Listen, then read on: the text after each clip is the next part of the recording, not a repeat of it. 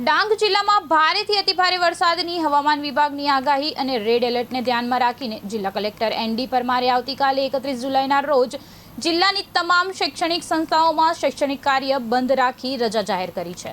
વિદ્યાર્થીઓની સુરક્ષાને પ્રાથમિકતા આપતા આ નિર્ણય લેવામાં આવ્યો છે।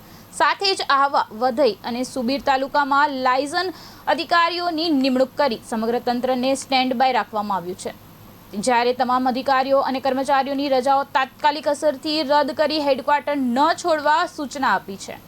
નદી નાળા અને જળાશયોથી દૂર રહેવા, બિનજરૂરી બહાર ન નીકળવા તેમજ માત્ર અધિકૃત સૂચનાઓનું પાલન કરવા જિલ્લા કલેક્ટરે નાગરિકો અને પ્રવાસીઓને ખાસ અપીલ કરી છે।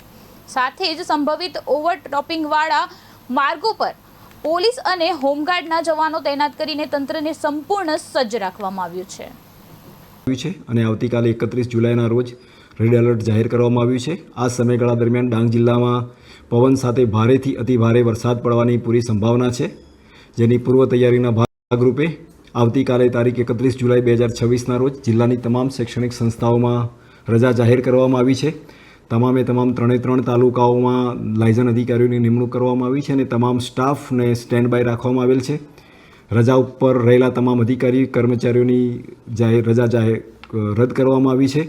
આ પૂર્વ તૈયારીના ભાગરૂપે ફોરેસ્ટ વિભાગ, માર્ગ અને મકાન વિભાગ, ગૃહ વિભાગના અધિકારીઓ કર્મચારીઓ સાથે સંકલન કરીને જે રસ્તાઓ ઓવરટોપિંગને કારણે બંધ થવાની સંભાવના છે ત્યાં રસ્તાની બંને બાજુએ હોમગાર્ડ અને પોલીસના જવાનો મારફતે પૂરતો પોલીસ બંદોબસ્ત ગોઠવવામાં આવ્યો છે।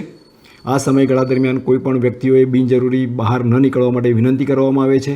જિલ્લામાં આવેલી જુદી જુદી નાની મોટી નદીઓ, વેળા અને તળાવો વગેરેમાં કોઈ વ્યક્તિએ પ્રવેશ નહીં કરવા માટેનું પણ જિલ્લા મેજિસ્ટ્રેટનું જાહેરનામું હોય છે અને આવતીકાલે 31 જુલાઈના રોજ રેડ એલર્ટ જાહેર કરવામાં આવ્યું છે। આ સમયગાળા દરમિયાન ડાંગ જિલ્લામાં પવન સાથે ભારેથી અતિભારે વરસાદ પડવાની પૂરી સંભાવના છે, જેની પૂર્વ તૈયારીના ભાગરૂપે આવતીકાલે તારીખ 31 જુલાઈ 2026ના રોજ જિલ્લાની તમામ શૈક્ષણિક સંસ્થાઓમાં રજા જાહેર કરવામાં આવી છે।